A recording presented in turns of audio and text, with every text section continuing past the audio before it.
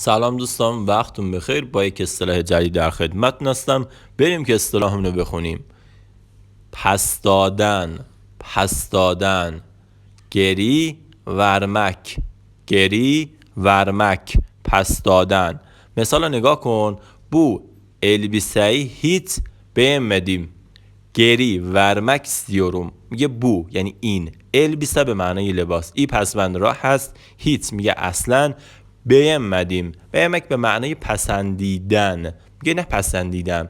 گری ورمک istiyorum. گری ورمک به معنای پس دادن، به معنای پس دادن است در کل.